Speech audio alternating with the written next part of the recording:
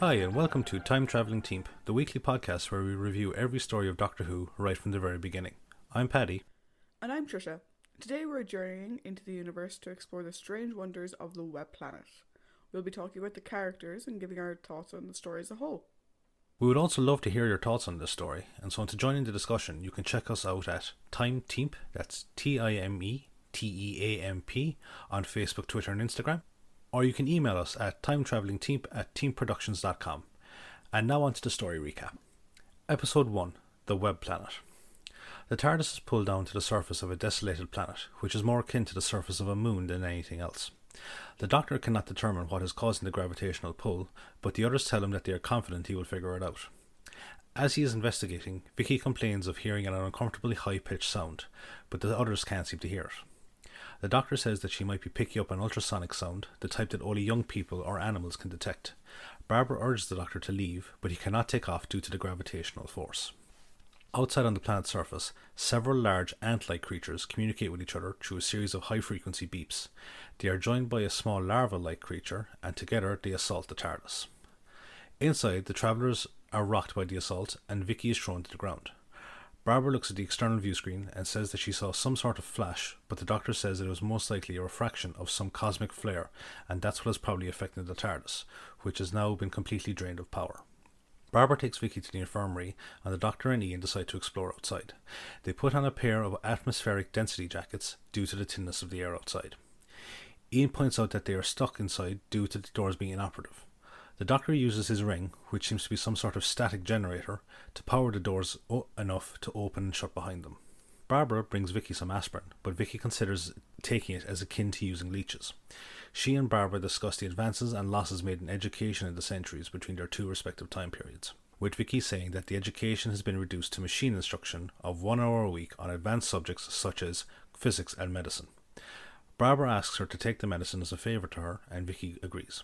She notices a golden bracelet on Barbara's arm, and Barbara tells her that it was a gift from Nero, and promises to tell her the whole story after she goes for a rest.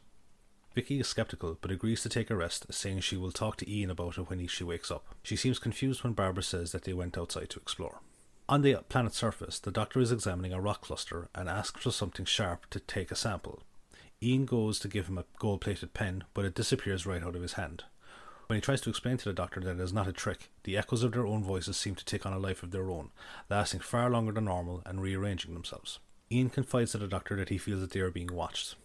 The Doctor says that they should go and explore, as whatever took Ian's pen is most likely also affecting the TARDIS. Barbara is inside the console room, tidying the supply box and observing the Doctor and Ian on the external view screen. Mysteriously, the arm with the bracelet on it starts to be slowly dragged towards the door. She manages to pull free of the strange force and goes back into the infirmary. Vicky wakes up and witnesses the strange occurrence happen, but she thinks Barbara is joking. Barbara tries to explain what's happening, but leaves in frustration. The Doctor and Ian come across an ancient stone pyramid. Ian spots a pool of water nearby, but the Doctor stops him before he can touch it. He takes Ian's tie and lowers it into the water, revealing it to actually be acid. As they are leaving, Ian spots a light in the pool, but they can't locate the source. As they are discussing this, one of the ant creatures that has been observing them scuttles away, communicating with its brethren. The Doctor and Ian hear the strange beeping language and decide to leave. Inside the TARDIS, Barbara can hear the beeping of the creatures and sees the door open and the console activate. She tries to get to the console, but she is dragged through the doors by the strange force pulling on her bracelet, putting her into a hypnotic state. The force continues to drag her back towards the pyramid, placing her right in the path of an acid pool. Vicky wakes up and goes into the console room, and when she sees the doors open, starts to call out for Barbara.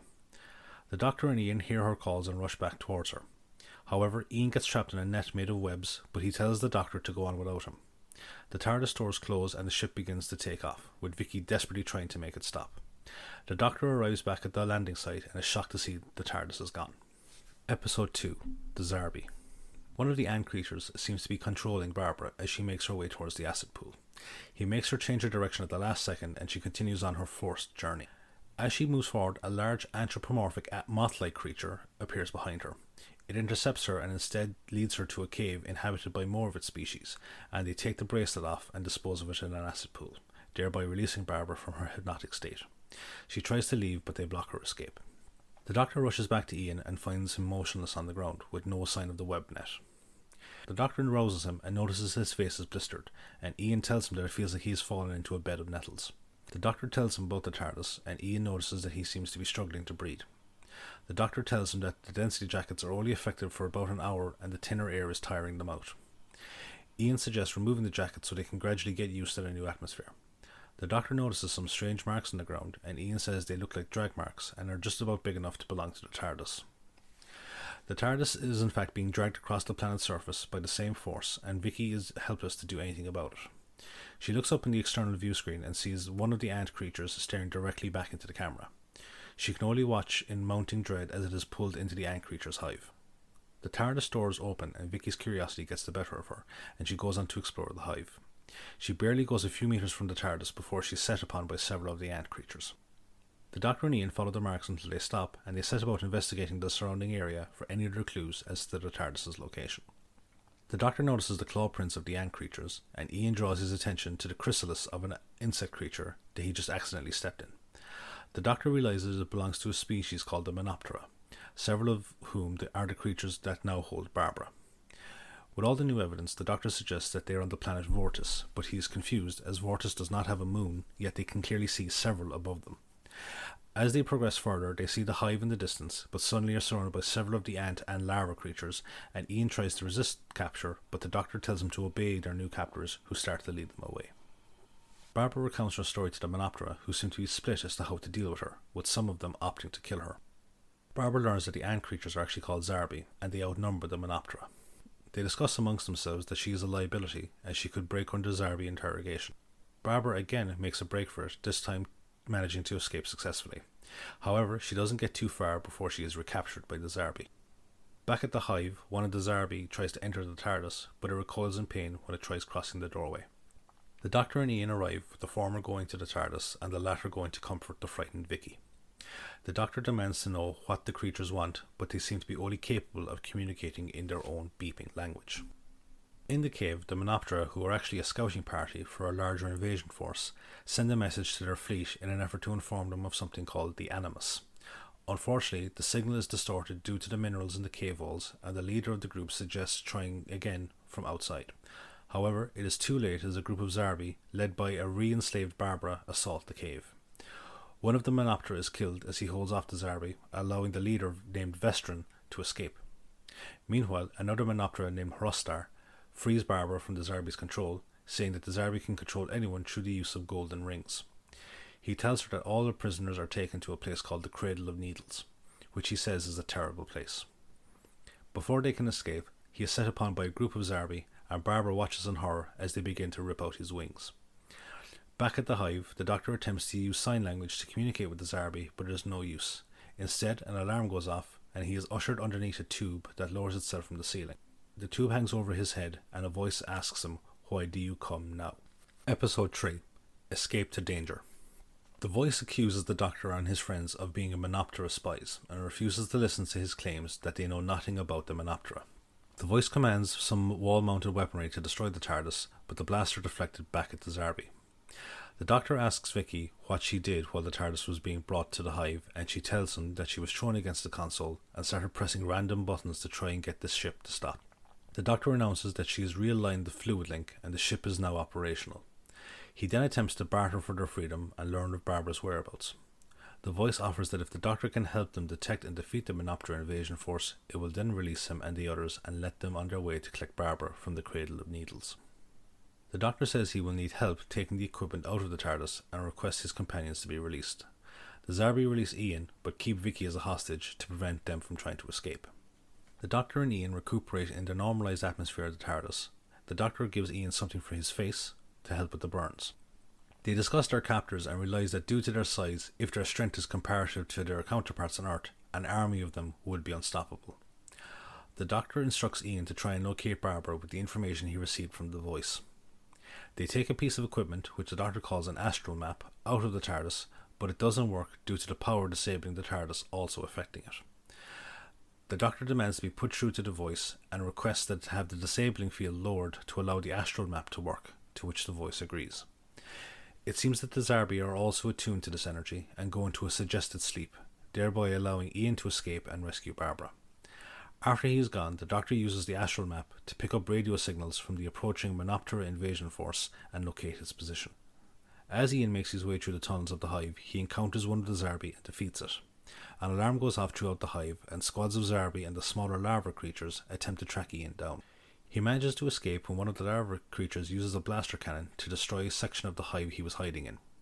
As he exits the hive, the surviving Menoptera leader, Vestron, swings down and rescues him from his pursuers. The voice says the Doctor has lied and will therefore be killed. However, the Doctor says that he has vital information about the invasion force, and if he dies, then so does the information. The voice releases him, and he tells Vicky to retrieve a box from the TARDIS. Unfortunately, she brings up the wrong box, but Vicky notices something unusual when she sees the Zarbi retreat from it in fear of its contents. Vicky opens the box to reveal a spider in it. Vestron and Ian discuss their respective missions, with Vestron revealing that it is not an invasion force, but a reclaimment force. She says Vortis belonged to them centuries ago, but they are coming back to take it back from the Zarbi and their masters. She tells Ian that the Zarbi used to be quite docile, but have grown aggressive under the rule of the Animus. The Menoptera left for one of the surrounding moons, but many of them died due to their need for the specific atmosphere of Vortis. Ian asks for help in getting to the Crater of Needles, saying that she may also be able to get some of the Menoptera out, so as they cannot leave themselves due to being de-winged upon capture. They make a pit stop on the way to the crater, but are almost immediately set upon by the Zarbi. They escape into a cave, but the ground gives way beneath Vestron, who pulls Ian down with her, causing the cave to collapse and trap them inside. Episode 4. Crater of Needles. Ian and Vestron dust themselves off from their fall, but they are suddenly set upon by a group of unknown creatures. At the Crater of Needles, Barbara is feeling the debilitating effects of the atmosphere, and Horostar advises her to rest while he will carry on their work. Barbara asks Horostar why they are forced to feed the local vegetation into the acid pools within the crater. He tells her that the broken down vegetable matter is carried through the underground streams back to the Zarbi base, which is called the carcinome. The matter is used as building materials for the base, with the aim of expanding it to cover the entire surface of Vortis. He also reveals the centre of it is home to the Animus, the power that is controlling the Zarbi. He tells her that he and his group were actually part of a much larger infiltration force that aimed to break the Animus' control of the Zarbi, but it was a disaster as they were decimated by the enslaved creatures.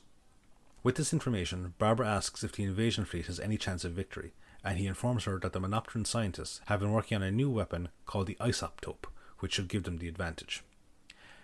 In the carcinome, Vicky asks the Doctor when they should use the spider, and he tells her that they should wait until Ian returns with Barbara and then use it to escape. A Zarbi and one of the larva creatures arrives and restrain Vicky with a control harness, whilst the Doctor is summoned to speak with the Animus. It accuses him of stalling and threatens to kill Vicky. He tells the Animus of the approaching Menopteran fleet, but says he doesn't know any more than that.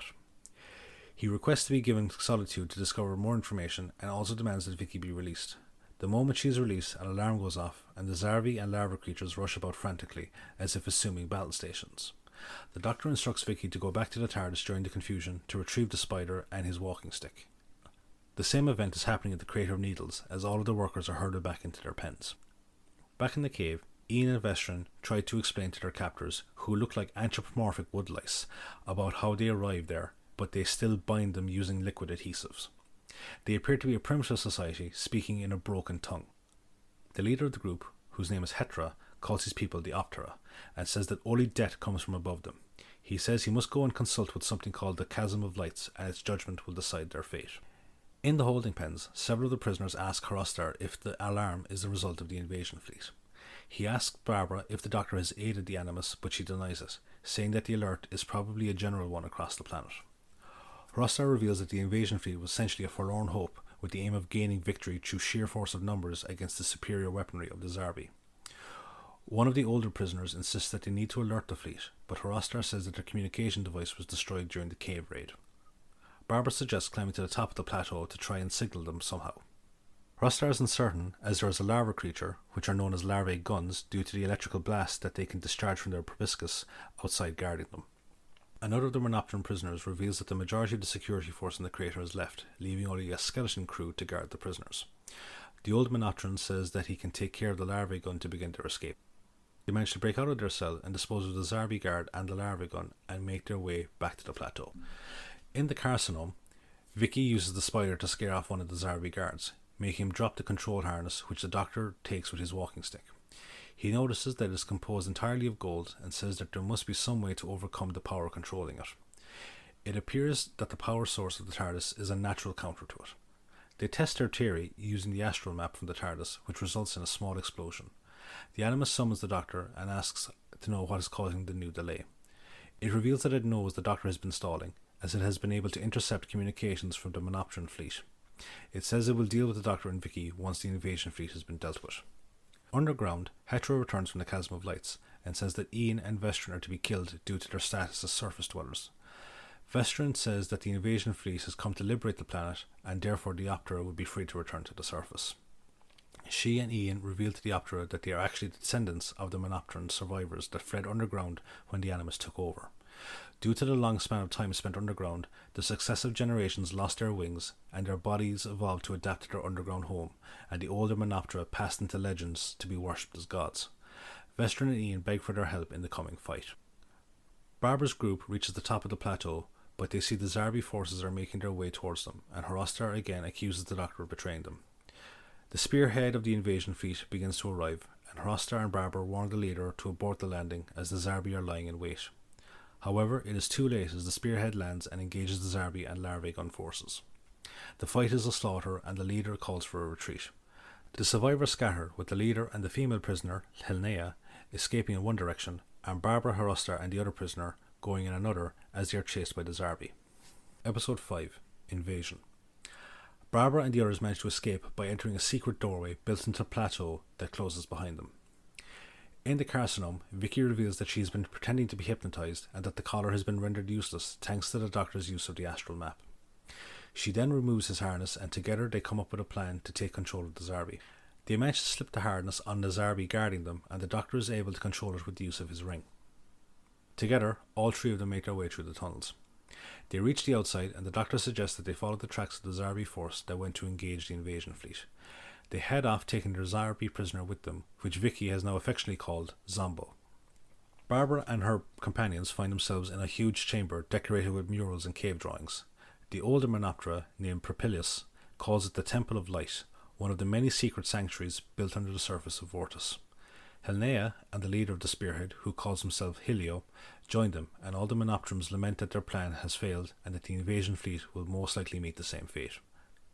Propilius, who has learned to think more strategically due to his imprisonment, suggests that they must learn how to be more warlike, and after showing them her work during the breakout, he requests that Barbara help them.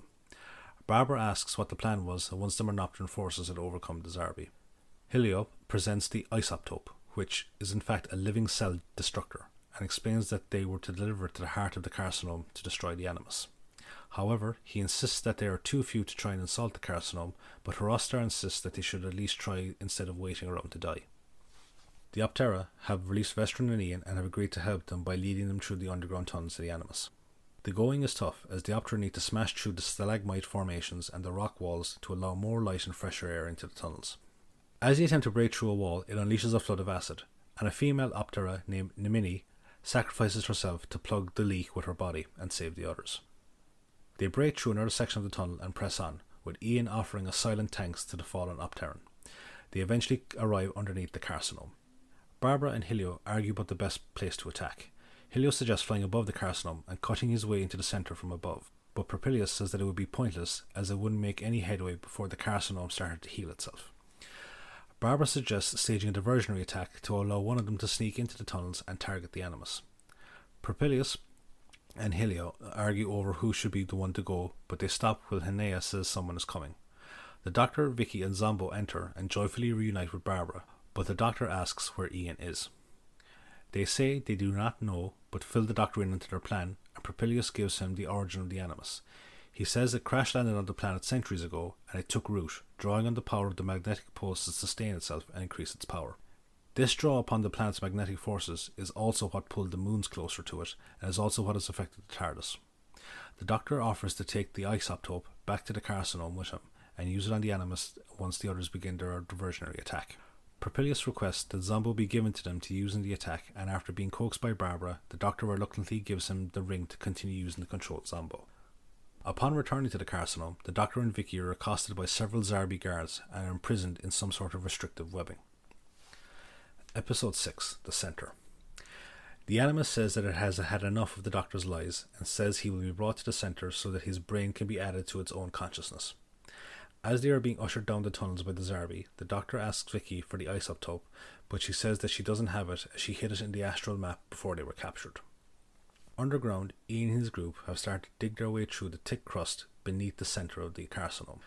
As they do so, fresh water seeps out, and Vestron says that this is a good sign for the future, as it means that the Optera can come back to the surface and rejoin with their Menopteran kin. The Optera seem reluctant, as they've only known death on the surface, but Hetra agrees to go with Ian and Vestron to see if it is safe on the surface for his people. Outside, Barbara and the others use Zombo to help create confusion amongst the Zarbi guards, which forces them to call reinforcements out of the carcinoma. Hrostar attempts to use the harness to take control of the larvae gun when it comes out of the tunnel, but is killed in the struggle.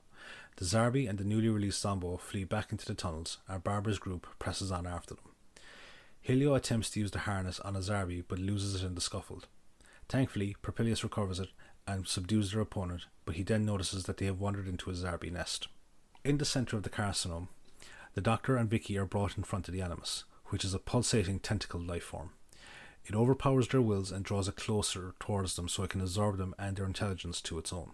However, before it can fully absorb them, an alarm goes off distracting it. The alarms are a result of Barbara's group being detected, but they manage to destroy the wall-mounted weaponry. They then notice that the astral map, and under Propilius' instruction, attune it so that it can signal to the invasion fleet. Barbara notices that the machine isn't working, and when she tries to fix it, she discovers the isotope that Vicky had hid there. Then they make their way towards the Animus. Once they reach it, they are also subdued by its power, and Barbara attempts to use the isotope fail. However, Ian emerges from the ground near the Animus and distracts it long enough for Barbara to make a desperate lunge to insert the isotope into the centre of the Animus. It dies within seconds, and its control of the Zarbi dies with it, returning them and the larvae guns to their previous docile existence. The environmental effects of its death are also just as instantaneous, as the acid levels in the waterways drop, allowing fresh water to begin flowing again. Vestron brings the Optera to the surface and promises Hetra that within a few generations his people will be able to fly again. The travellers say their goodbyes and head back to the TARDIS, with Ian still holding the Doctor responsible for the loss of his school tie. The Menoptera prepare to return to their old lives, saying that they will never forget the travellers as they await for the arrival of the fleet. End of the story.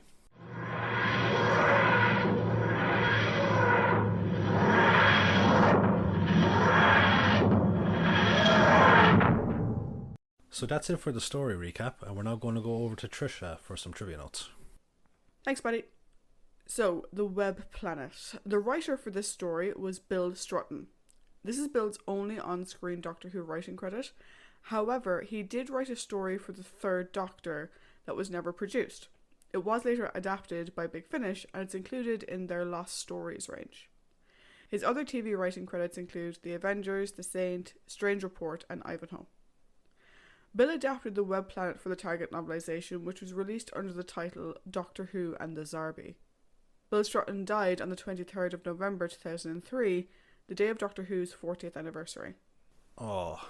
Yeah, I read that and I was like, that sucks. The director for the story is Richard Martin. This is not the first story Richard has worked on. We've discussed him previously in The Daleks, where he directed episodes 3, 6 and 7. The Edge of Destruction, where he directed episode 1, and The Dalek Invasion of Earth, which he directed the entire thing. We'll see his work once more in a couple of weeks when we look at The Chase.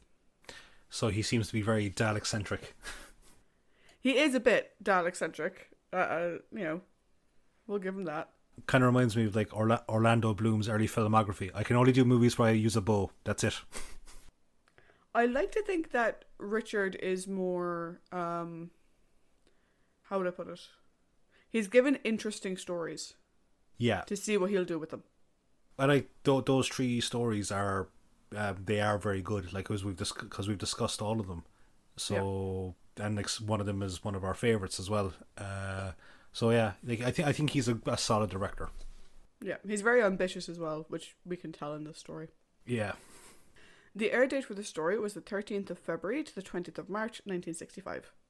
The first episode of this story was actually watched by 13.5 million people. This is the highest number for any Doctor Who episode in the 1960s. Bill Strutton got the idea for this story when he recalled being bitten by an ant as a child, and then he saw the way that insects were fighting. That's kind of where it came from. There was also a belief, perhaps misguided, I'm not entirely sure, that it would be a good merchandising opportunity. Seeing how well the Daleks had done and the merchandising opportunity that was there, they kind of thought that these interesting creatures would be another merchandising opportunity. I have never seen merchandise from it, but maybe they did in the 60s. I think maybe the Menoptera, not so much the Zarbi, but definitely the Menoptera. I can see them being a Halloween costume. Yeah. This was the first Doctor Who story to ever have a trailer. But Ooh. Richard Martin didn't like it because he felt it gave away too much of the plot. I have a feeling Richard Martin and I would get along very well because I hate trailers that give away too much of the plot. Yeah, I can imagine you watching this in 65 and you'd be like, wait, I know what's going to happen. I don't need to watch this. There was a special on-screen credit for Rosalind de Winter, which is insect movement. Basically, she choreographed how the Menoptera would move and their speech patterns and all that kind of stuff. She has a lot to be responsible for. Jacqueline Hill was not in Escape to Danger, as she was on holiday. She's also not billed in the closing credits for this episode, and she later complained to the production team about this, but it wasn't changed. From what we've talked about previously, I think when the actors have been on holiday, or when they haven't been in an episode for some reason, like when William Hartnell got hurt, I think they've always been in the credits. But I wonder if that's because their character appears in some way, shape, or form. Well, still though, she's like a main character in it. You would think that they would be like a standing credit for at least the Doctor, Ian, and Barbara, like. Yeah, apparently not for this episode. And apparently she fought them on it and they came back. Like for the international distribution, she wanted it to be included and they said no.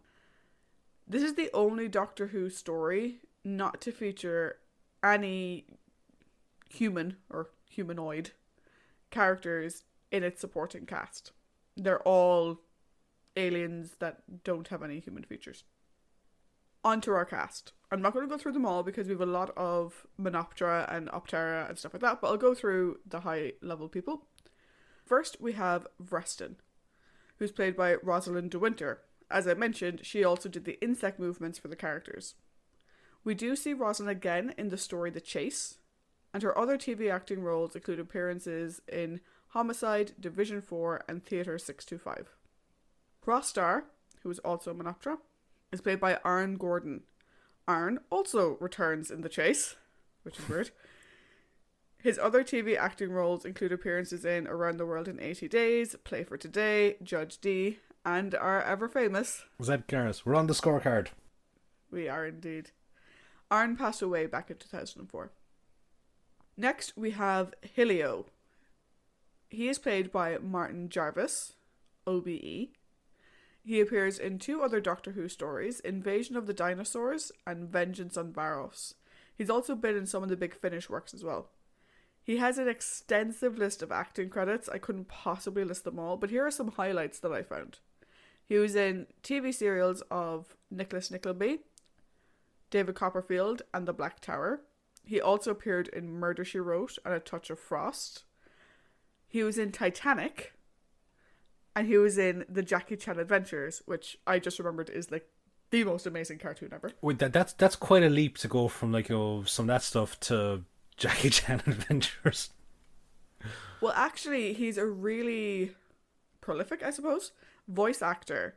And he was in a variety of video games, including Mass Effect and loads of others. The list was way too long for me to pick more of them out, but I would strongly advise you look him up because he has done a lot. I think I will because I love the Jackie Chan Adventures. I do quite enjoy playing Mass Effect, and who doesn't love Murder, She Wrote?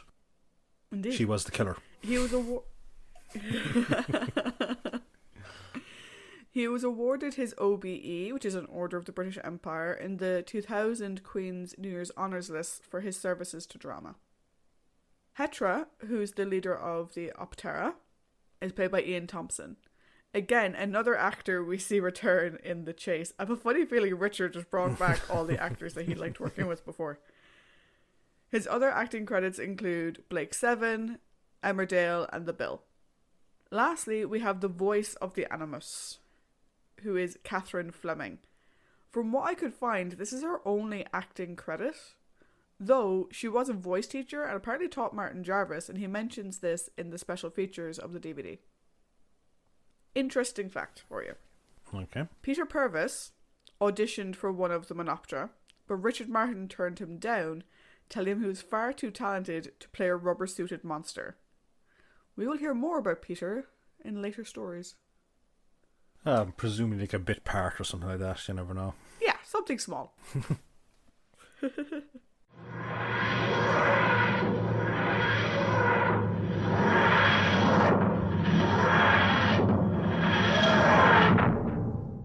At this point in the program, it is time for us to discuss the characters. We will be going through the Doctor, the companions, and the villains. So, Paddy, I'll turn it over to you for your thoughts on the Doctor. So, first and foremost, I would like to address the fact that the Doctor seems to have a hat to cover all sort of terrain that he goes into. I had this as well. So I said, like, yeah, it's like, it's a desolated moon-like surface. So he comes out wearing like a white version of his. There's a specific name for that type of hat. I can't think of what it is off the top of my head, but he's got a white version of it. So I know that it's a black and white serial, but if it ever gets colorized, I demand to see desert khaki and jungle mesh. Well, see, the question I have on the hat, right? Because this was like one of the first things I wrote down, is that he gets style points. Yeah. For his hat. He always gets style points for his hats now that I think about it. My question though is, was the hat to match the environment, or was it to match his coat? Does he have one for every outfit? I think he's a sort of like, he's like a G.I. Joe, or at least an action man, where he's got an outfit, the same outfit, just in different colour swatches for every terrain that he visits. Okay then. Cool. So I'm waiting to see the underwater mission, like where it's essentially just Navy. But onto, I suppose, like the character as opposed to the stylistics of the whole thing. I really enjoyed him in this story. It's great seeing him rely on quick wit and scientific knowledge, especially in a story where the villain is quite possibly the most powerful thing he's ever encountered to date. Yeah. And I'll have more discussion about the Animus when we get to our villains discussion. There's some fantastic acting by him across. Again, we've said about William Hartnell is that he can act the entire spectrum. Like he has his humorous moments, like he has his childish giddiness, when he's like, oh, Chesterton, give me your pen, and then he's on Science Bros, are at work again. Science Bros, ho! So you get like that childlike wonderment, but then you've got his deep concern when Barbara's missing and where Vicky is enslaved. But there's one fantastic part there where at the end, where the Animus has him and Vicky wrapped in its tentacles, and you just see him struggling so feebly at the mercy of this thing. And I think it's a great bit of acting, because he's trying to get across like the power of the Animus. He's trying to get across the power of the Animus, and also trying to keep the strength in his own character. So it's a nice visual moment, I think. Yeah, and now that you mention it, it actually reminds me of a future Doctor high intensity acting moment, which is when Doc Tom is with Sutek. Yes. This idea of this all empowering enemy, physically and mentally beating the Doctor. It had a sort of similar vibe for me. Oh, and this is the thing now, as I said, I know that we're going to talk about the Animus in a while, but I love when the Doctor comes up against a villain that it has to be sheer luck that he beats them. Yeah. Because what he's like, it's always cool seeing his intelligence, his turnaround, his like Columbo-esque, I've got one more trick up my sleeve type thing. When it's coming down to just sheer random chance, it's always good to see the Doctor in those scenarios. And William Hartnell, I think, does it perfectly here. Yeah, I agree. Any other extra thoughts on the Doctor by you? Yeah, I had a few. So the first thing that I wanted to raise is the Doctor's ring, right? Yeah. Or as we're going to call it for today, the MacGuffin. I suppose MacGuffin you're meant to seek out, but still, it's this random thing that we didn't know had this purpose. I don't know what the correct term would be. We previously saw this ring. Well, we've seen this ring in every single episode. He's always wearing it. But we previously saw him draw attention to it in Reign of Terror, where he gave it away for a change of clothes. If this ring is so important, if it can be a power source for at least certain parts of the TARDIS, why was he so willing to previously let it go? I was thinking that as well, but I have to take a look. Isn't that, does he have two rings that look very similar, or is it just the one ring? I think it's just the one. It's because it's on his right hand. Yeah, I'm just going to take a look there at a picture of him just to see what we have. Yeah, so yeah, it looks like he's only got the one ring. So yeah, it's just unusual that he would give it away. Yeah. Now, of course, we know the reason, which is they wanted to have something that could power the TARDIS, and they picked the ring because he's always wearing it, and they didn't plan it back in Reign of Terror. Such is the way of explaining every single thing in Doctor Who that doesn't mix with what we've seen in the past. But in universe, it seems a bit strange. I do love seeing the Doctor and Ian pairing off again. I'm really liking the two of them together. We didn't see it that much in the early stories, and we've got to see it a lot more recently, and I'm really enjoying it.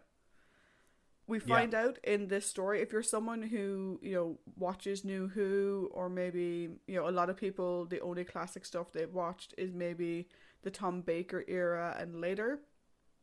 We find out in the story, there is no respiratory bypass system here. Nope. Clearly, the Doctor is just a humanoid at this point in time.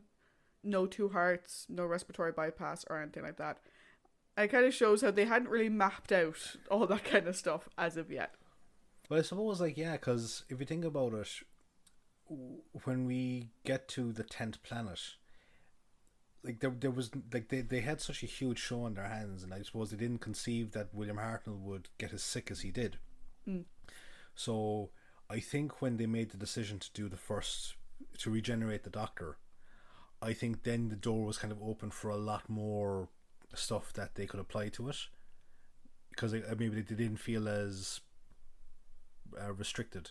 Oh yeah. So it is interesting to see the way that the show evolves with its mythology.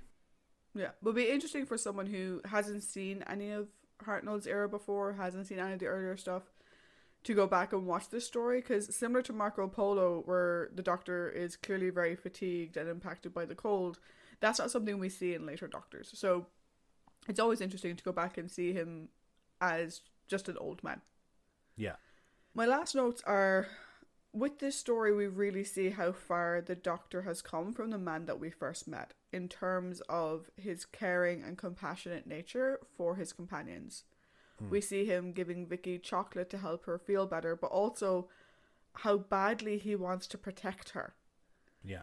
We see him giving Ian compliments, and once again giving him the courtesy of calling him by his name. And this is such a big, it's such a big leap from the man that we saw in An Unearthly Child, and it's great to see it. And William Hartnell plays it so well and so genuinely that you can buy into the fact that this is a natural growth in this man over time. Yeah. And it's like, it's going to seem really weird, right? Because obviously this is nearly 50 odd years later. But when David Tennant has his, angry moment over jumping the timeline, when he has his angry moment about facing his impending generation, he goes, "Oh, I've lived too long."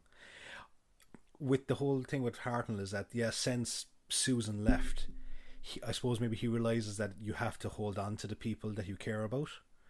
So maybe that's why the kind of the walls are coming down a small bit, and it's more so like Ian rather than Chatterton or Chesterfield or Chattanooga Choo Choo. Yeah, he still does that stuff a bit, and we discussed it last week in the Romans, but he doesn't do it as much. Yeah, no, not as much. Only when he's kind of really kind of irked, as opposed to matter of fact, Yeah. So I suppose it's time to move on to our companions. How about we talk about Vicky first? Oh, cool. Perfect. So my notes on Vicky, to be honest, I was a bit disappointed. Right. In my opinion, she doesn't really do a whole lot in this story, other than be a hostage and someone that the Doctor has to protect, which shows good development for him, but it doesn't really do a lot for her. Her back and forth with Barbara about the differences between education their times is interesting, but I wanted to see more from her. Like, she could have been like this spider-wielding badass. Yeah. But other than using it once or twice, we never see it again. Like, I expected it to come out in the finale, you know, in the final attack on the Animus, and it didn't. I kind of felt that they shortchanged her a bit, I think. Yeah, I can see where you're coming from. One thing I did like, though, because you know me, and of course I liked it, I like how she assumed Barbara's bracelet was a present from Ian. Yeah, I just love this whole thing. Yeah, sure, it was Nero that gave it to you. Yeah. It is it's really fun to watch, although a little bit jarring to see how playful she is with Barbara. And like how, like, when they're talking about education, it's like, oh, did you teach in a nursery school? And, you know, sort of kind of demeaning Barbara a little bit because of their differences and where they come from in the timeline. And we never would have seen that with Susan. No. So all that stuff was really interesting, but that was kind of front loaded at the beginning of the story, and I don't know, personally I just don't think she did much. Yeah, I suppose, like, with the difference between Vicky and Susan is I think, I can't remember if we said it in the episode or if we said it in person to each other, that there's a huge difference because Susan she's a time traveler, like she's from the same race as her grandfather, so she has explored the universe a whole lot more, whereas Vicky she's an Earthling, she's a Terran. So, like, I get that, like, there's people in work that are 10 years older than me, or sorry, younger than me, kind of going, oh, back in your days, like, hang on a sec now. I remember a lot of the same stuff that you grew up with, you know, it's not that, I'm not that feckin' old, you know? Yeah. So, yeah, like, there's a nice little kind of comparison to that. There was a couple of things for me for Vicky. One is that I think she's trying to become like a junior version of the Doctor with certain looks that she gives things, you know, like the raise of the eyebrow. Sort of like a mini-me type scenario. I suppose the thing that kind of stood out for me the most in this whole story for Vicky was her like childlike reactions to stuff. So, like, you know, they've taken a Zarbi prisoner that's under their control. I'm going to give it a name and it's going to be my pet and I want to keep it and feed it and I give it sugar cubes all day long. That sort of thing. Also, as well, like, the most childish or childlike thing that she did was when the TARDIS is taking off, push all the buttons, push everything to see what's going to happen, not give a damn, just bang. Yeah, for someone who's apparently, like, you know, had all these advanced classes at the age of 10, don't go around pressing random buttons. I was like, I don't understand how it blew up. There was no nuclear material in the truck. Although your comment about how you know, people who are 10 years younger than you are sort of doing the whole back in your day thing, that just reminds me of, and I've told you this story before, but it's hilariously funny, when I was teaching and we were doing I used to teach science and we were doing a chapter on energy, and I was talking about sound energy and how when you speak when you speak into a telephone, that energy gets changed into electrical energy. And I said, and it travels down the wire and then goes to the receiver. And I had a whole class full of 12-year-olds looking at me and they were like, what wire? Because of course they all grew up with mobile phones and cordless phones in their house. So I had to explain that, you know, the base that the cordless phone goes into, the wire in that, you know, previously phones had that wire connected to the handset. And one of them went, oh, so like in Mary Poppins. Mary Poppins is set in 1910. At the time I was 24. Yeah. I have never been more insulted in my life. So I understand how Barbara feels. Yeah. At least they didn't call you 550 years old. That's true. That's true. It ranged from I was 18, apparently, to I was in my 30s. So speaking of the wonderful teacher that is Barbara, shall we move on to her as our next protocol? Sure. So, once again, Barbara Wright, badass saving the day. Yep. I'll be honest, right? So, we've talked previously about how when we used to rank our favourite companions, we kind of lumped Ian and Barbara together. Yeah. And I'm going to say something. Mm-hmm. I feel really bad for the way that I used to do that, because it was always Ian and Barbara, with Ian first and Barbara second. Intentionally. Yeah. Like, I thought Ian was the stronger character. I thought Ian was, like, the more badass. He was the, you know, he was the action man. He did more. And watching these in order, which we didn't do before, or at least I didn't. I know I was a bit weird because I watched An Unearthly Child, then you told me about the Romans, so I watched Yeah. the Romans, and then I went back to the rest of them and caught up again eventually. Whereas I think you kind of hopscotched around the place. Yeah, I'm very much I like this story, I'll watch that story, I'll watch that story. So I've never watched, the classic series in show order. Yeah. But watch it in show order, I am loving seeing her grow into this total badass who, yes, she gets captured more often than I would like. But she's not this damsel in distress. She will do everything to get herself out. And she raises hell doing it. She starts a revolution. She gets everyone together. And she's just such an amazing character. And I feel so bad that I always lumped her with Ian, when, to be honest, she's so much more of a complex character than he is. I don't know if you should necessarily feel bad because, you see, this the thing about Ian and Barbara is that they are a pair. Yeah. For me, they are a pair, okay? And the way that I would kind of put it before was that the reason that they would be like in my top 5, in a sense of my top 5 is actually 4, because like you've got number 1, 2, 3, and then you would have Barbara and Ian as the joint 4 and 5 scenario. But like obviously on the rewatch, like as I said, I haven't watched a lot of Doctor Who now, especially the older stuff, like in close to 10 years. Like I'm dipping in and out of some of my favorite ones, like as I said, like with the Rescue and the Romans and the early Aztecs. But seeing it again sequentially, you will kind of say that, Jesus, like, do I prefer Barbara to Ian? And while I kind of identify with Ian a lot because we both have about the same mannerisms, we can both be very stupid at times. I'm saying nothing. Yeah, your giggle says it all. Barbara is definitely, like, for the time that she's written in, Barbara's one of the best characters. I won't just say female characters, but one of the best characters I've ever come across in any of the older science fiction that I really enjoy.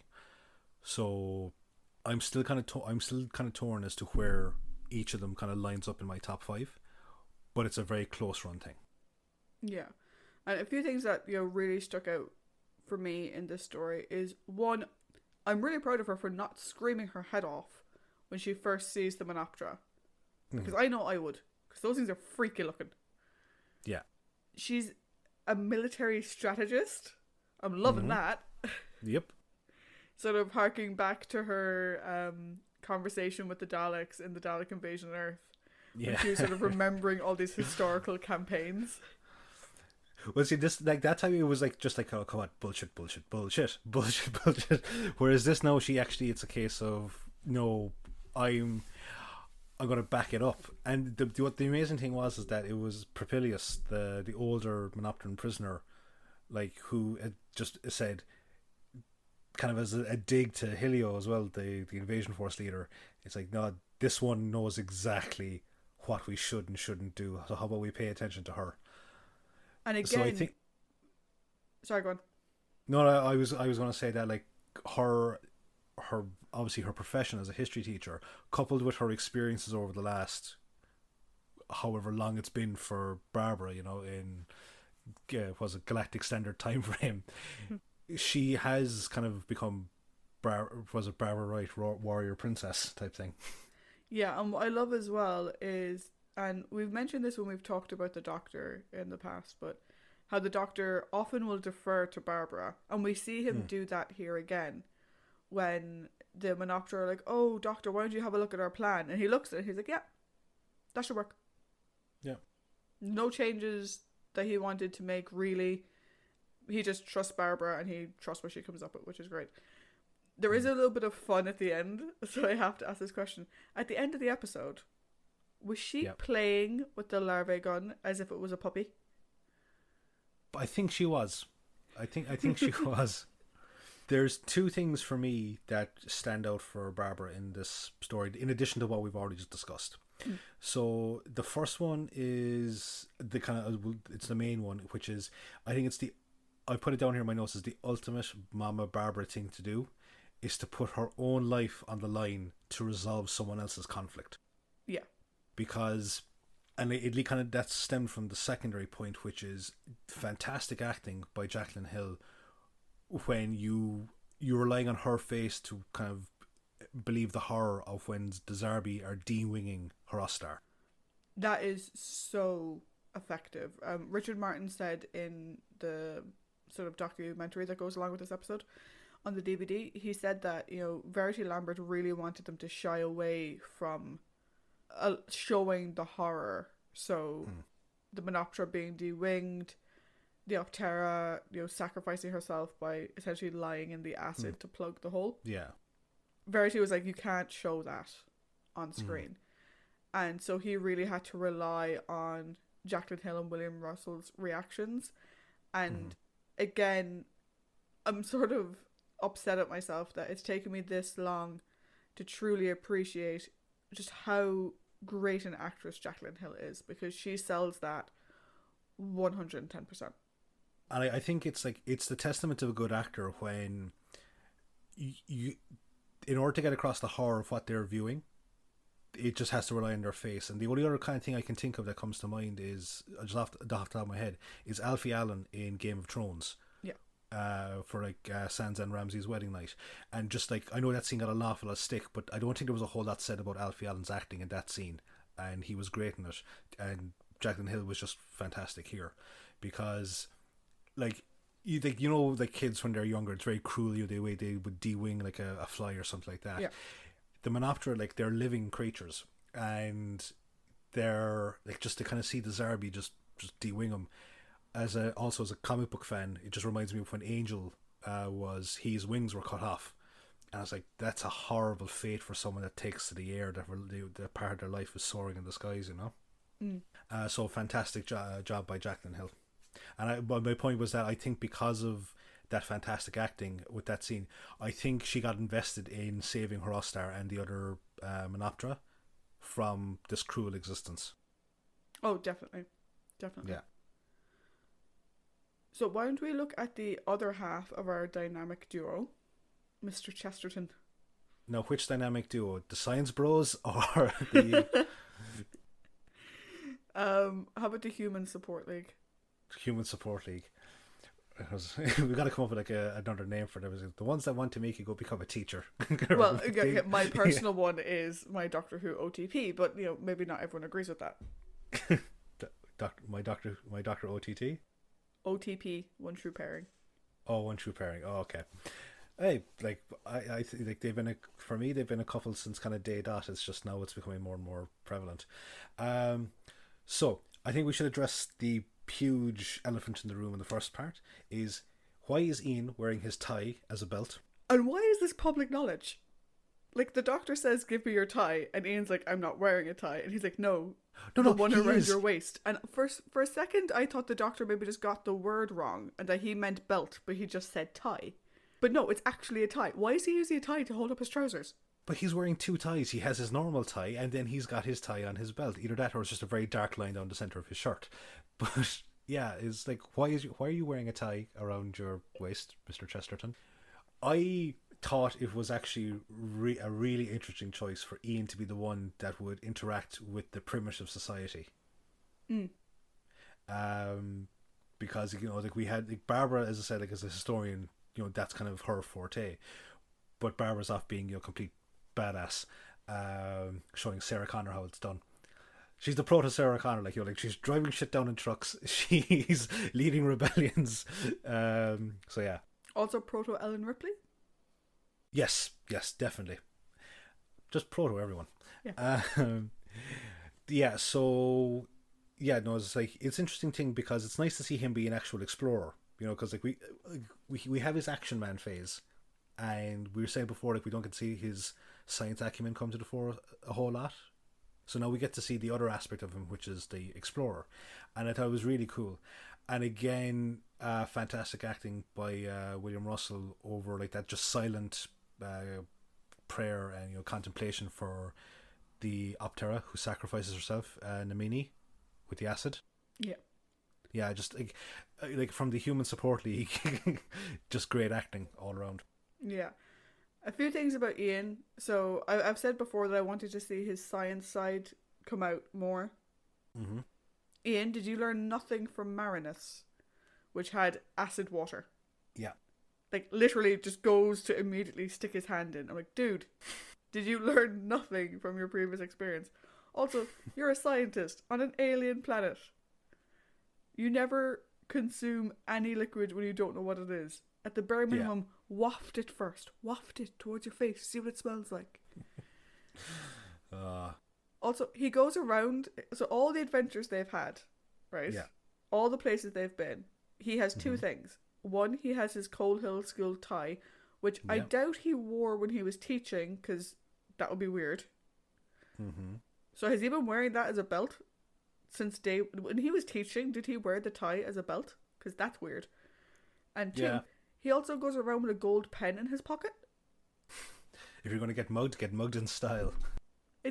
It's just some random things about Ian's state of dress and what he carries on his person that we see in this episode. It's like, wait, which one of you is the was it the eccentric alien here, Ian or the Doctor? Exactly. One of the things I liked about this story is you kind of address it there, is that we kind of see a flip on the traditional dynamic between Ian and Barbara. So we're used to seeing Ian being the action man, and while he does, turn up at the end of the episode in the room with the Animus, and I think seeing him kind of spurs Barbara on to, finally take care of the Animus. He isn't the one who saves the day. Yeah. Which I like. I like the fact that Ian got this chance to be the supportive character, to be, the character who helped liberate this other species on this planet, but he wasn't the one to defeat the big bad. I like seeing him in other capacities. I also, and I'll put my hand up, I also like seeing him climb up things because he has a very nice bum.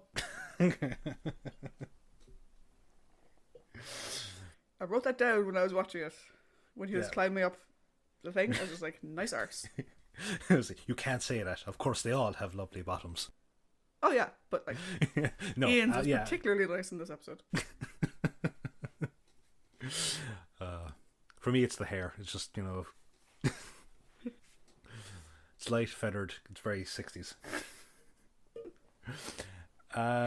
So how about we go on to our companions of the week? Yeah, so we don't get to know a whole lot about any of these characters, possibly because there's so many of them. So how about we just go through the Menoptera as a whole and speak about some of the key players, and then do the same for the Optera. Yep. So the Menoptera. Yes. When I first watched this story years ago, I thought they were meant to be bees, but in reality they're meant to be butterflies, which makes way more sense. The bees. No, because I thought because they kind of have like the stripy bodies, I thought they were meant to be bees, but no, they're meant to be butterflies, which their wings make more sense from a butterfly perspective. I get the sense that you don't like their movements very much. Oh God! It was just so distracting. It was like, I feel like I'm watching like a New York interpretive dance society. Just like the sort of like weird waving of the hand movements, and like I was like, now you're frightened, you're energetic, you're sassy. Just move the hands. Like, stop, please, just for the love of God, stop. I understand what you mean, but I'll be honest, I kind of liked it. I think if they hadn't done that, it would have just been a bunch of people in what is essentially stage costumes. The costumes were very well thought out, and they look amazing, but they don't hold up very well 50 years later. Oh, well, I don't mind the costumes, and do you know what it actually is that kind of sets me off about them, right? It's the dancing coupled with the way they're with their speech pattern. It's very haunting, and it's like, okay, like, I would be perfectly happy with the hand movements due to their insectile nature if he just talked normally. I'd be perfectly happy with that. The two together are just really distracting and annoying. Yeah, I think we're just going to have to disagree on this, because I actually found that the hand movements, which sort of remind me of like a moth repeatedly flying into a light bulb, Yeah. The hand movements and the speech pattern, though there's one bit that we'll get to in a second, which I'm sure we both have noted about the speech pattern. It helps sell this creature or this species that, you know, given the fact that the costume looks quite dated now, you can see past the costume because they are acting in an alien-like manner. But I have a funny feeling this is something we're just going to have to agree to disagree on. But it's funny because I actually quite like the costumes. I like the costume and the makeup for them. I think they look really cool. Oh, I think they look cool. I think just nowadays you would expect that from a stage production and not from a TV production. I suppose. But yeah, I think we're going to have to disagree on this one. So let's move swiftly down some of our Monoptera characters. So we'll start with Vestrin. I've butchered her name. Vestrin. His name is she's been butchering Ian's name the entire story, so I think it's only turnabout is fair play. So, yes, for the entirety of the story, she refers to Ian as Heron. Yeah, and you and I discussed this briefly yesterday. Mm-hmm. If she called him Eon, as in like Eeyon, yeah, that would have been fine. Because they do kind of say Barbara's name in kind of a lilting fashion as well. But Heron, that doesn't even sound like Ian. But see, the thing is, it's also got the other knock-on effect is that I can't do an impression of her because, you know, Heron. It sounds too much like Sweet Ron, which is something that you don't like me saying. Don't do that. Yeah, there we go. So, a story for another date.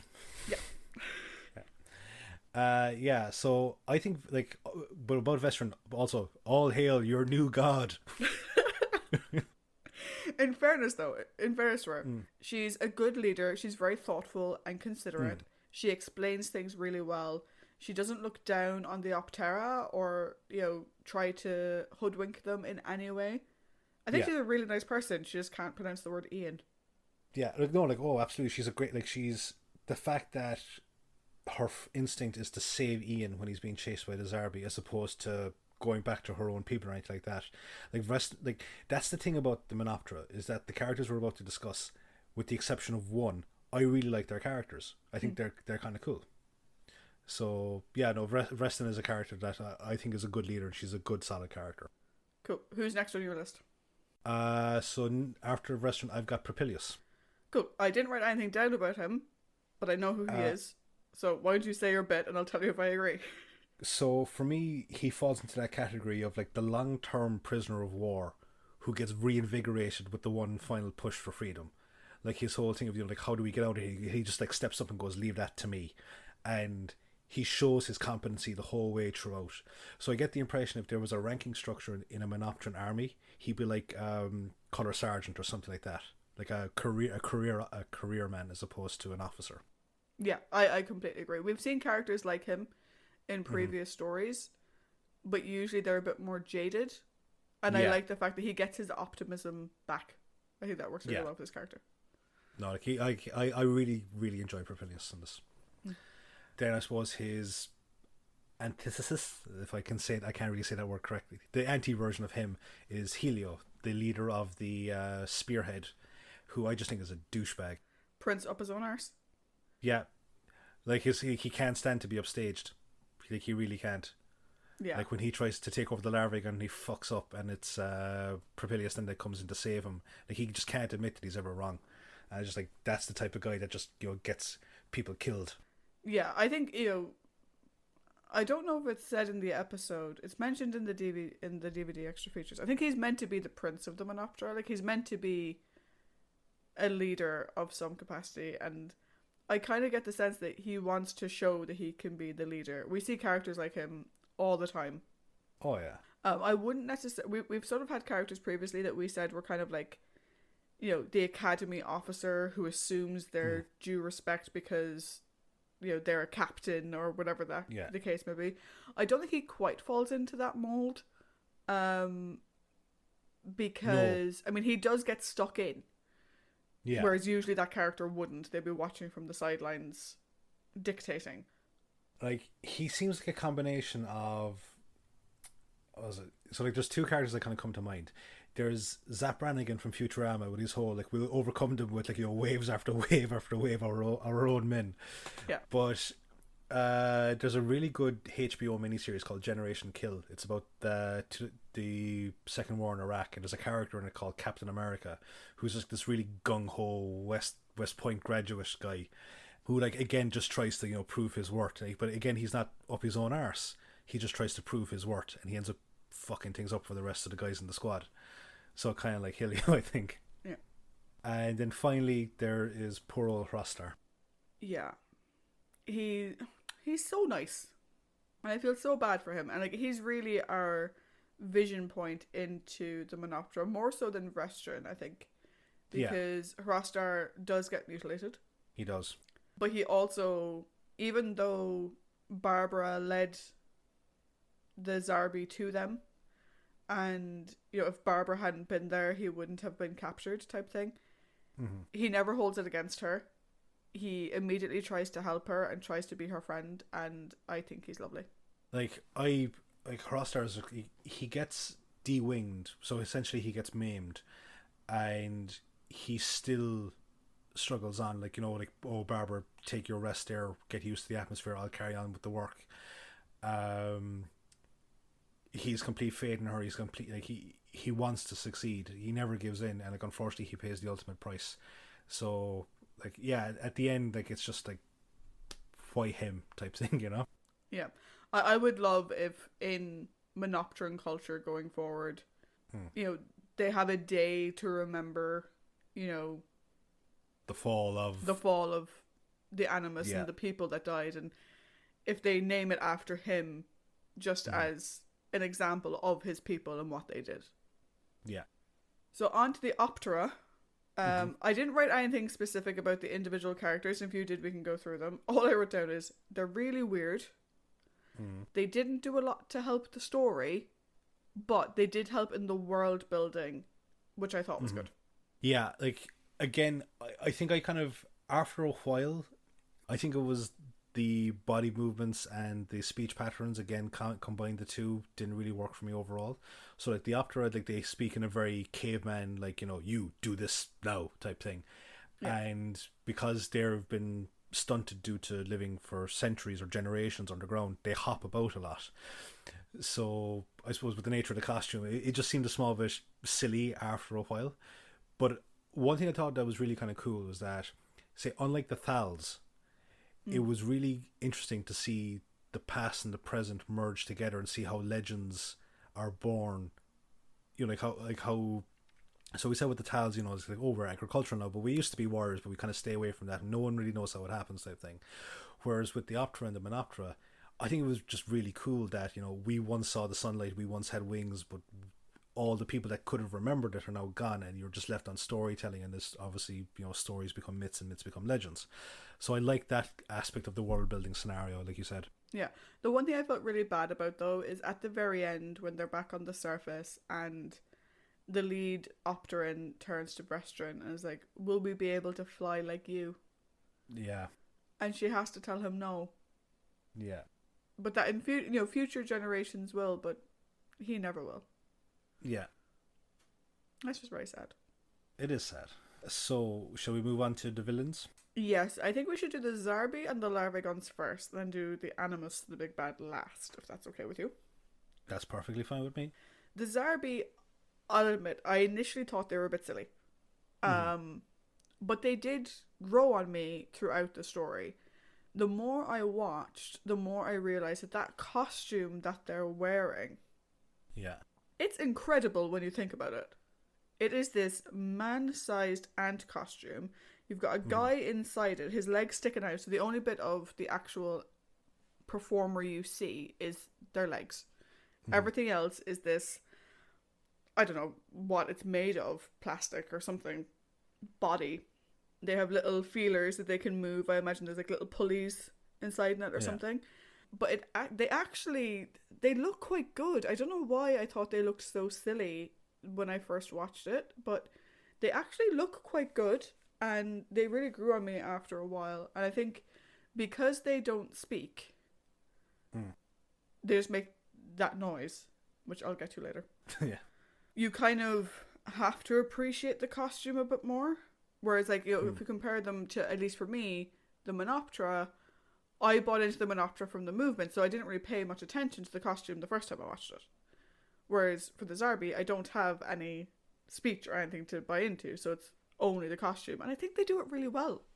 Yeah, like, see, that's the thing about this story, is that I think the costuming, as once you kind of get past the panto horse type feel of the Zarbi costumes, like the costume designers, no matter what anyone says, I think they did a great job. Yeah, I would strongly recommend that if anyone listening is going to watch this on the DVD, or if you've somehow accessed the DVD or the DVD special features, there is a sort of making of type documentary. There usually is on these DVDs. And the way the people speak about the costume creation, the amount of effort that they put into it, they really loved it. To be honest, I kind of thought, like, you know, when I watched this story years ago, I thought, like, oh, they're probably super embarrassed. But they're not.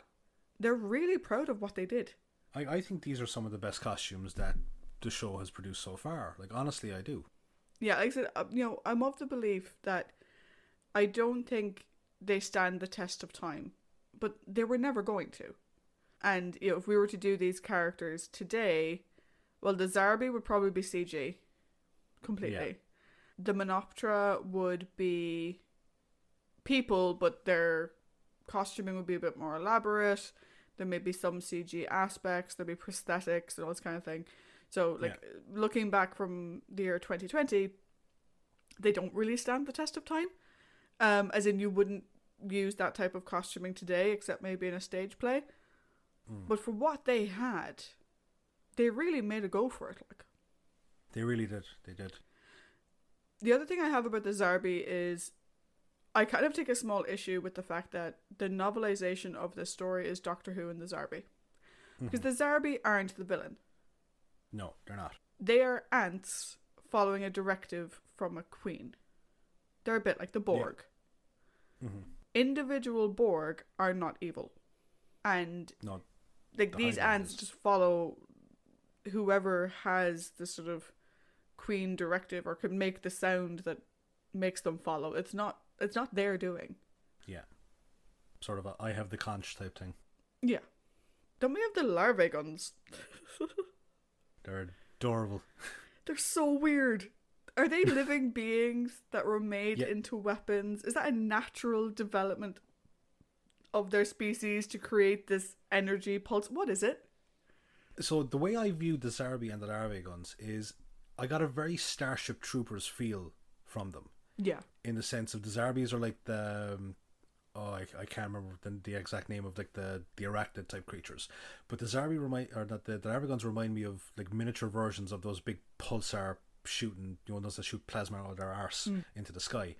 And I think that that's a part of their natural evolution. I don't think they're bred to be weapons. I honestly think that's a part of their natural physiology or biology. Sorry. That sounds terrifying. Oh, it is. But like we're talking about a story where there's giant ants, and ants small are like I love watching ant colonies, but I would hate for that thing to break open, you know. So like giant versions of them, giant ants in sci-fi or just in general are never that scary. Like you're there kind of going, I for one welcome our new insectile overlords. Like with the recent reports of like the flying ant swarm coming over like the north of the country, and it was like, yeah, cool, look, if they want to take over, I'm down. Yeah, they've kind of taken over my parents' living room, to be honest. Oh no. We got rid of them, but there were a lot of them in my parents' living room. Yeah, we think we used to get them towards the front of the house, so we had to put a raid down at the front and block up some of the ways they could get in. Industrious but annoying fuckers. Yeah. So we mentioned the fact that they are inherently not evil because the Menoptera state that they're very docile creatures. Yeah. So how about we move on to the thing that turns them against us? Yeah, I have in my notes, the Animus. Is the Animus somehow related to Armus from the Star Trek Next Generation episode Skin of Evil? Are they cousins?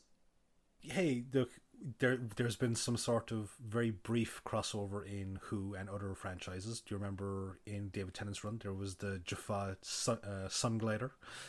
Probably a more peaceful version of the Jaffa Death Glider. So you never know; they could be something of akin to each other. But I viewed it more like The Thing from that movie that I love, The Thing. The Animus for me is genuinely terrifying. Yeah, like the thing that makes it like The Thing, Yeah. I think, is the fact that it's this constantly growing evil, absorbing everything in its path and controlling everything. And it's just, it gets inside your mind, and like there's a little bit of a sort of, it's always crazy when you have a villain that can control other people. So you never know if you're dealing with the person or if you're dealing with the thing. Yeah. And I just thought something there. The whole way that it's kind of morphing its environment around itself to sustain itself. Do you know what it kind of reminded me of? Very, very weirdly and very randomly. Tombs from the X-Files.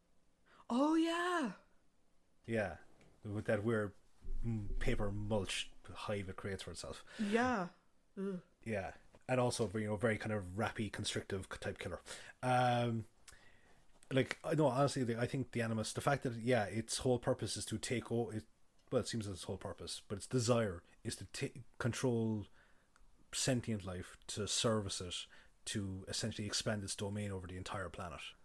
Yeah. Like, and like the fact that, as I said, the Doctor only beats it by sheer dumb luck. Yeah. Like, it's creepy. It's a very effective villain. Like I said, it reminds me of Armus from Skin of Evil in the way that it sees people. They're just tools for, in Armus's case, it's tools for his entertainment, whereas in the Animus's case, it's tools for its growth and for its ability to take over more and more. They do, ring similar bells for me, but I think the Animus was really creepy, and I like the fact that we don't see it till the end. And they kind of, I kind of liked the whole fact that it's this weird tentacle glowing thing. Oh, like it looked big quite time. Cool. Also, Skin of Evil, amazing episode. Yes, one of my earliest memories of Star Trek. But another thing that I would love to have seen, like if like the Daleks landed on the Fortis, I just see their encounter with like it's always kind of cool when like a villain comes encounter with another villain, because obviously there's no joint agenda there. It would just kind of take them over. I'd love to see their reaction to being assaulted by the Animus. One thing I think would be interesting is if you think about the Cybermen. Yeah. I wonder how the Cybermen would deal with it. Obviously, we haven't seen the Cybermen yet in this review, but because the Cybermen are a connected cybernetic species, similar to the Borg, but not the same as the Borg. No. I wonder how, if the Animus took over one of them, how would that work? Particularly because, I'm going off on weird tangents now, and I'm going to be talking about gold, and that's a story for a future date. But I think, to your point, I think seeing the Animus go up against some of our big hitters for Doctor Who villains, I think would be really interesting. So if any of our listeners are into fan fiction, please write one so Trish will find out exactly what it is that would happen. Yes, please. Thank you.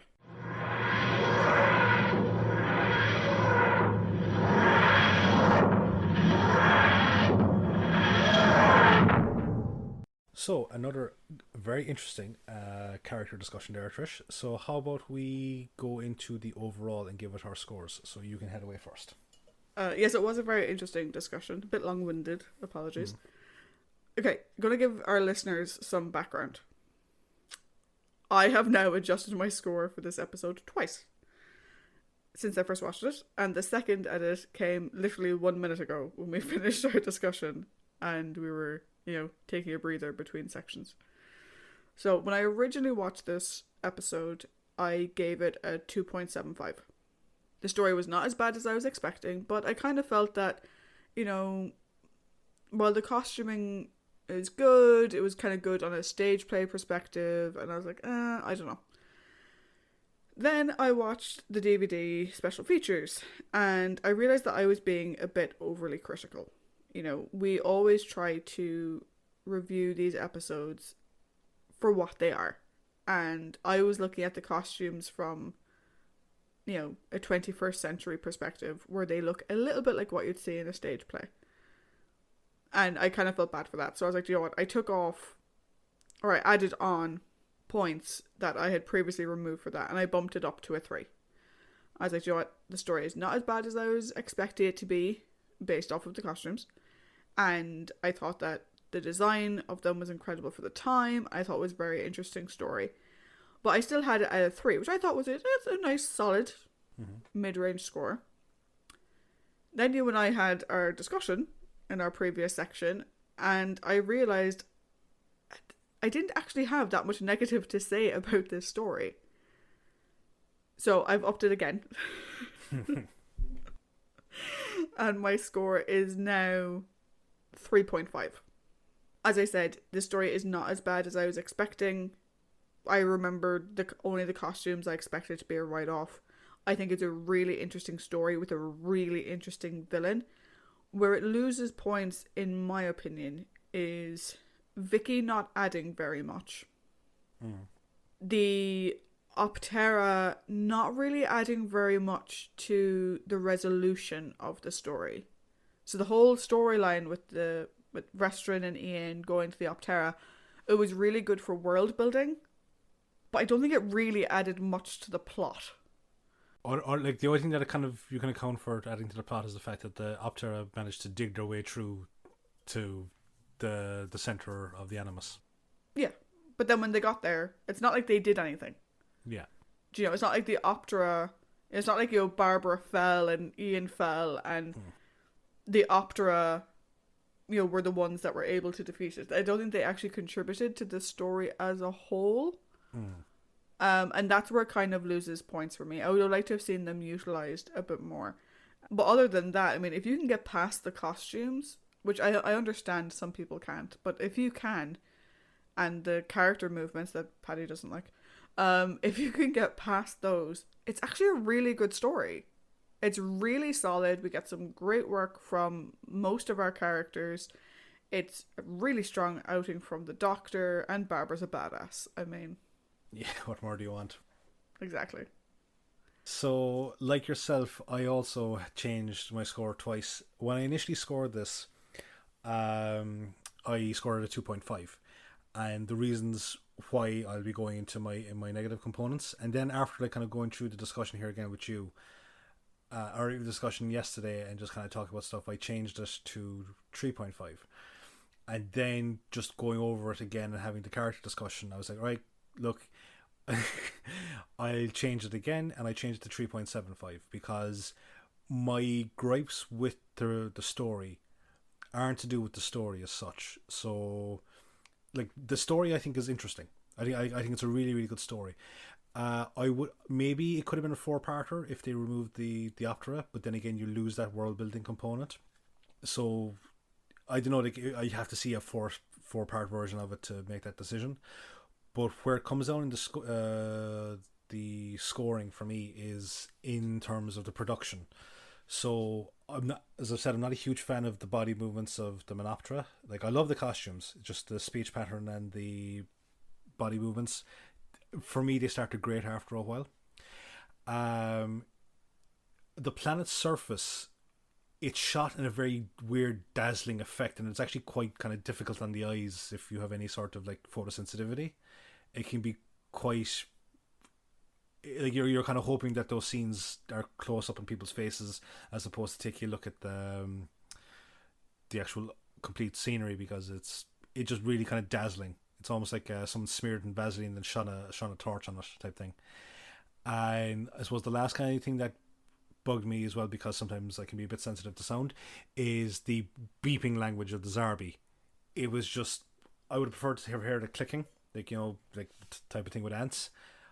Maybe that might have translated a small bit better. But again, my deductions on my score are completely down to production issues as opposed to the characters and the story, both of which I think are excellent in this story. Yeah, you actually reminded me. I mentioned that we were going to talk about the sound thing, and then I didn't.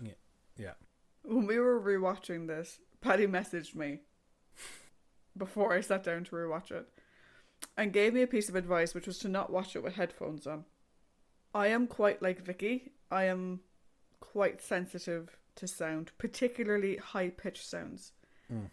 Like, Paddy will confirm, I act like a dog just attacking my ears to get the sound to go away. It's really quite distressing sometimes. Yeah. Like, you know, that noise that they put out in, like, shopping malls to stop young people from congregating. Mm-hmm. It gets inside my brain. And I can't handle it. Or my nieces and nephew have this thing where if they have a glass of water and they run their finger around the rim of the glass. Yeah. And they know it irritates the shit out of me. But my brother encourages them to do it anyway. And I feel like tearing my hair out. So I completely agree. The sound choices in this story put my teeth on edge. Mm. At several points. Now, will most people feel as strongly about it? Probably not. But if you are sensitive to sound, don't watch this story with headphones. Yep, I'd agree. Sensitive to sound or sensitivity to a bit of light. But in terms of the story itself, like, the story is really good. It's an engaging story. Parts of it, yeah, they could have trimmed it down to maybe make it a 4-parter, but again, yeah. You kind of want, it's when people complain about the length of certain stories, it's like, well, what do you kind of trim? Because some of the stuff, like as we said, the Opera, not so much for the resolution, but for the world building, it's pretty cool. And I'm a person that kind of likes world building. Yeah. Yeah. So, could be a project for someone, you know, edit out some of the chaff, make it 4 parts and see how it works. Yeah. So overall, I think we're both agreed. Good story. Yeah. The few troubling issues, not that big a deal. No. Kind of underrated. You know, maybe, you know, people see the costumes and they write it off. Don't do that. You know, give it a chance, and you could really, really come to enjoy it. Yep, that's actually, I suppose you think about it, it's a bit of a Who trope. You know, it's like, you know, like, don't let the scenery and the costumes take it away from it. It's the story and the characters that you're investing in. Yeah. Also, last thing. Yep. The flying sequences were really good. Oh yeah. That was done really, really well, and I thoroughly enjoyed it. I'd say if they ever do decide to bring them an Opera back, I'd say there's going to be a lot more hovering. Yeah. Yeah. They're really cool. And so ends our discussion of the Web Planet. Join us next week when we will be returning to Earth's history once again in the Crusade. Ooh. We'll see you then, guys. Bye. Bye.